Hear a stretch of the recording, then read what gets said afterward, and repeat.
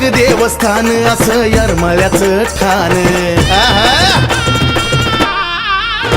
अहो कडक देवस्थान असं येरमाळ्याचं ठाण महिमा असा बावन खोडीचा खोडीचा महिमा असा बावन खोडीचा ज्याच्या डोक्यावर हात येडीचा उद्धार करती येडू त्याच्या 7 पिढीचा अहो ज्याच्या डोक्यावर हात येडीचा उद्धार करती येडू त्याच्या 7 पिढीचा